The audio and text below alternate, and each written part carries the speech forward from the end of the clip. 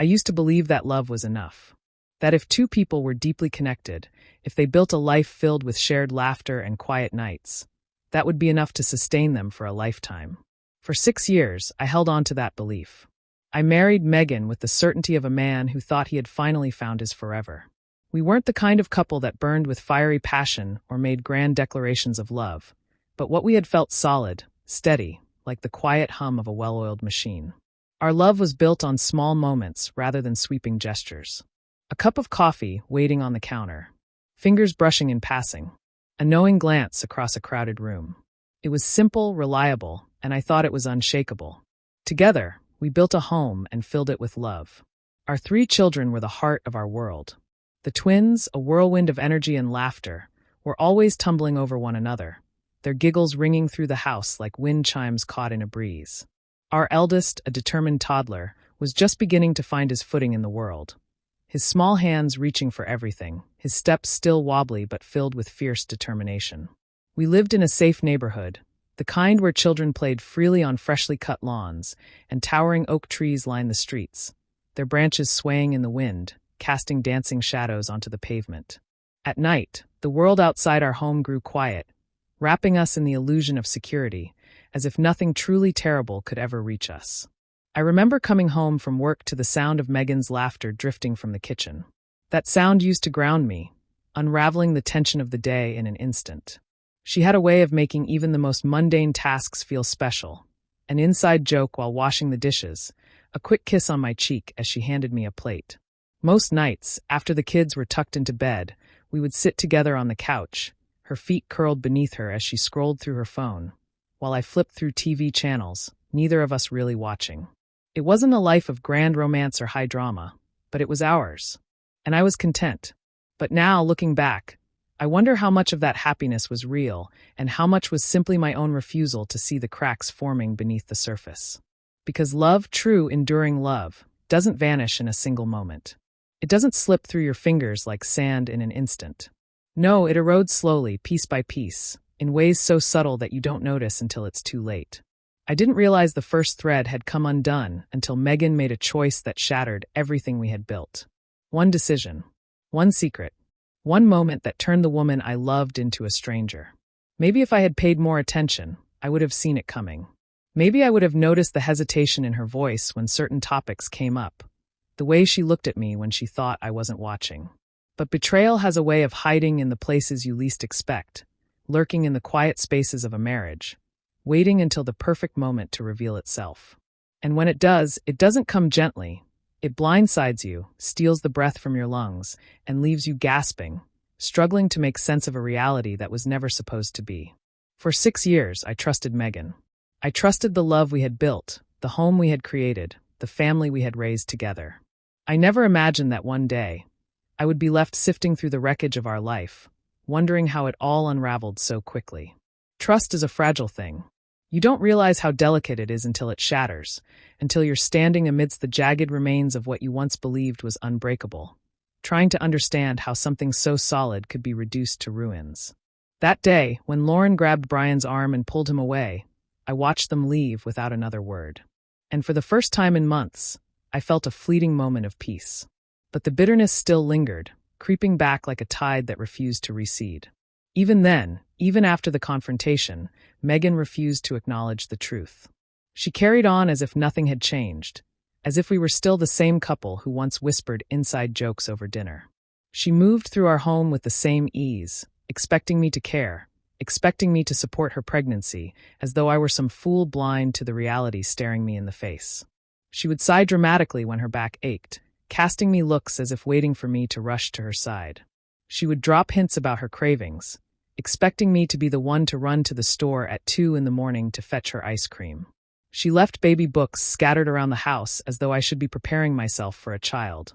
Her child, but not mine. She wanted to pretend, but I wasn't blind anymore. The love we once had, the trust we once shared, had already crumbled, and no amount of pretending would ever bring it back. I had nothing left to give her. One night, she appeared at my bedroom door, standing there hesitantly, almost pathetically, her rounded belly stretching the fabric of one of my old t-shirts. Her voice was small, uncertain. "Daniel, my legs are cramping. Could you touch them?" Like you did when I was pregnant with the twins. I looked at her for a long moment, taking in the desperation in her eyes, the way her face twisted with silent pleading. Then, without hesitation, I answered, "No," and I shut the door in her face. That was when the calls started. Megan's parents, their voices heavy with disapproval, reached out to me as if they had been appointed as moral arbiters of our marriage. The conversations always started the same way. "Daniel, we need to talk about how you're treating Megan. This isn't how a husband behaves. She's carrying a life, Daniel. How can you be so cold? Heartless." That was their favorite word.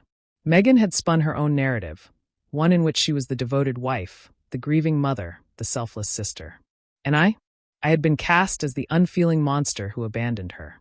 I had no patience for their lectures. One afternoon, her mother called, her voice dripping with disappointment. "Daniel, I can't believe how selfish you're being. Megan is doing something beautiful, something selfless, and you're treating her like she's done something unforgivable."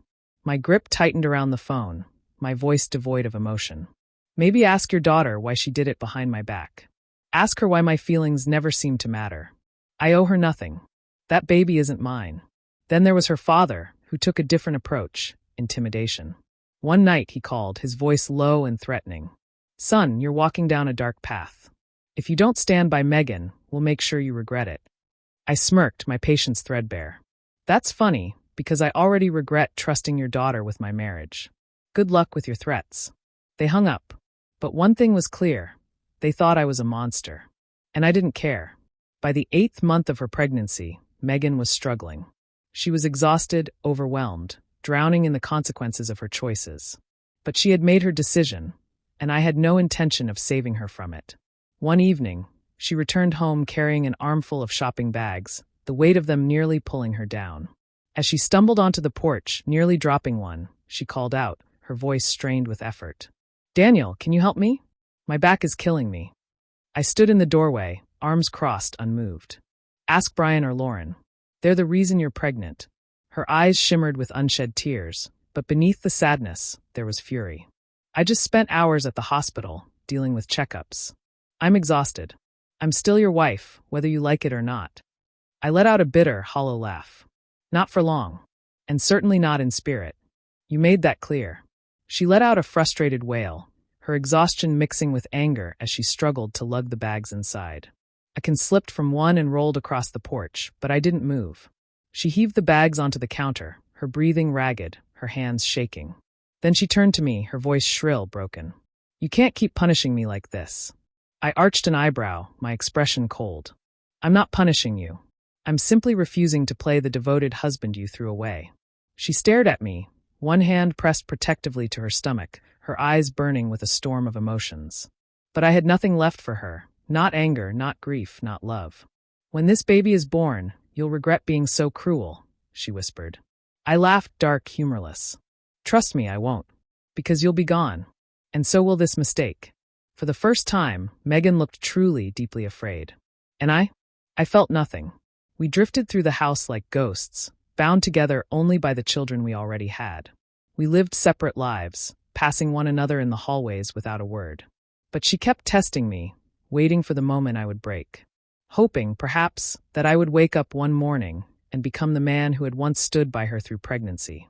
One evening, she entered the kitchen, fatigue lining her face, her hand resting on the small of her aching back. "Daniel, my feet are swelling. Could you rub them? Just for a little while." I didn't even look up from my coffee. "No." She inhaled sharply, frustration bleeding into her voice. "Come on. You used to do it every time I was pregnant. You know how unbearable this gets." I set my cup down, finally meeting her gaze.